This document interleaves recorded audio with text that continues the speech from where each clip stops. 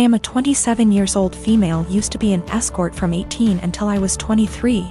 I'm not proud of it, but I did what I had to do to keep studying and a roof over my head. That's how I met my now fiancé, though he was never my client. We began to date when I was 25, and 3 or 4 months after that his brother-in-law exposed me. No idea how he found out, because there's no way my fiancé knew, and thus we had to come clean in front of his whole family. Yes, I did that. Yes, he knows. Yes, he doesn't care. It was 2 years ago. At that time, we got over it. After that there was a span of 3 to 4 months in where my mother-in-law and some of my fiancé's aunts and cousin police their husband when I was around. It was really weird tbh, because this dudes were like 40 to 60 years old and I wasn't that desperate. So my fiancé shut their bullshit hard, and even when his family still gives me the side eye from time to time, we thought it was behind us. He proposed last year, and 5 months ago we found out that I was pregnant. We were really happy about it, and we told his family as soon as we knew. His sisters and young brother were happy for us. But his mom took me aside and begged me to be honest with her and asked if this was really my fiancé's child. I was taken aback, but I just rolled my eyes and said yes. She gave me some shitty speech about how she only wanted to make sure, and that she was happy to be a grandmother. Well, last weekend we were at his parents' with his family and some of his friends, and we were talking about the name. How he might look, small talk. We will love him regardless, but there's always some, oh, I hope he gets your nose. MH, I like your eyes. I hope he gets them. Comments. And my father-in-law said that he and his children have a birthmark in the inner tight, and that even his grandchildren, one of my SIL's kids, got them, so our baby might too. And then he said, but how can we know from who he got it? It may as well be from me, my boy, or my brothers. And he and his brothers began to laugh. My fiancé got mad, and before he could say anything I said, I don't get it, and my father-in-law was, yeah, because it runs in the family. And I said again, I don't get it. Why would he get it from you? And he began to get nervous and said, because you know, it's just a joke OP. And I said, but I don't get it, and you all laughed. Explain. It got to the point that some of his friends said, hey, it's not funny, so he excused himself and left. Later my fiancé's brother-in-law came to me and said that I was wrong for embarrassing him like that in his own house, and that I knew what the joke was about and of my past. I shouldn't be surprised. Now they're all demanding that I apologize to my FIL. The last year and a half has been hard for me, to say the least. Last March, my brilliant and hilarious and beautiful girlfriend Natalie suddenly passed away. Everyone always gave shit about us because of politics. We met in college when we were poli-sci majors. She is very liberal, think AOC, and I'm pretty conservative. We actually met because we were serving as treasurers for our school's college Democrats and Young Republicans clubs, respectively. And our groups would get together for drinks or bowling or laser tag once a month. Well, Natalie and I bonded over a lot of shared interests, and we hit it off.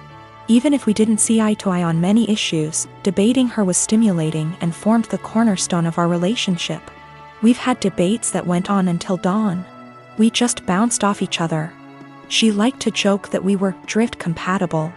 I wanted to marry this woman, but she passed away before we got a chance to talk about marriage.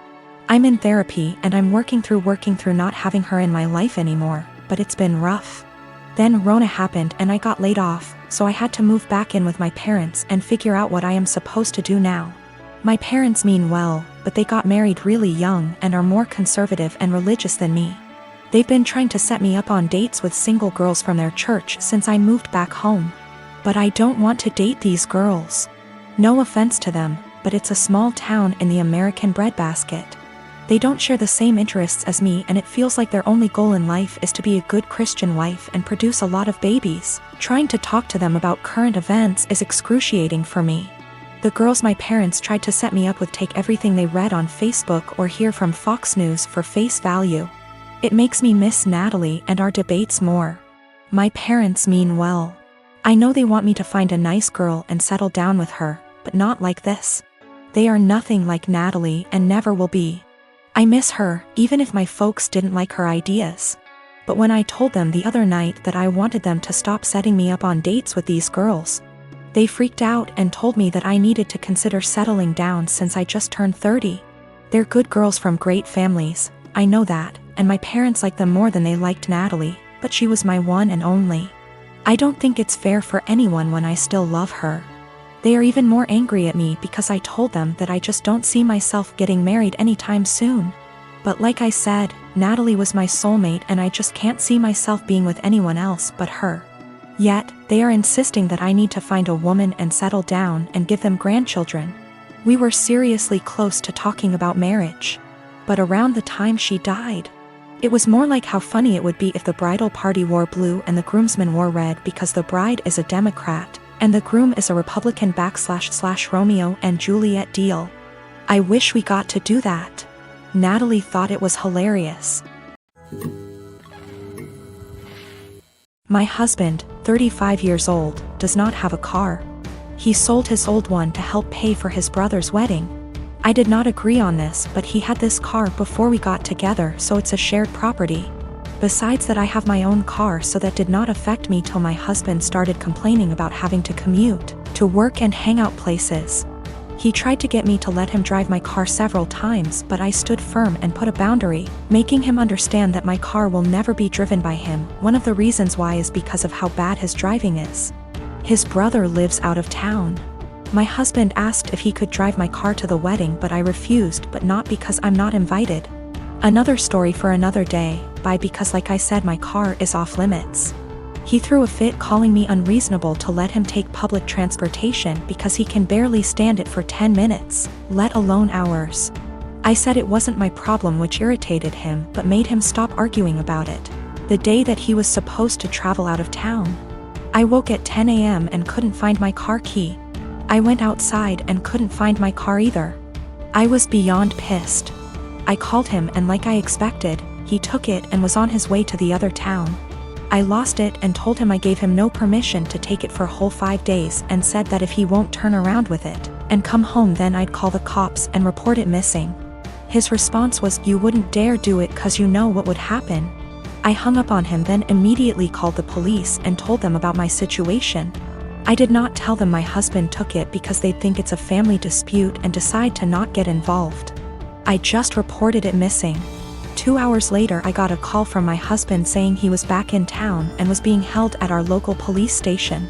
I went to the station and talked to the cops. My husband made a scene there, swearing over and over that I gave him permission to take it and said I was acting out of jealousy and spite because he was going to attend a wedding that I was not invited to. I took my car and went home, but he had to stay a little longer. He came home in the evening and went on a rage fit about how I created an awful situation and almost caused him to miss his brother's wedding. He called me vindictive, bitter, and a lunatic to call the police on him and try to accuse him of stealing my car. He had to leave the same day to be able to be there with his family and decided to extend his stay, and he still hasn't gotten back yet. Right now his mom and brother are blasting me for what happened and calling me spiteful. I am a 43 years old female, have been with my partner, he's 50, for 6 years now. We have been living together for 5 of them. We are not married and we do not plan to marry in the future. I have a son, he's 19, that is currently a high school senior. My partner has a daughter, she's 21, who is going to college.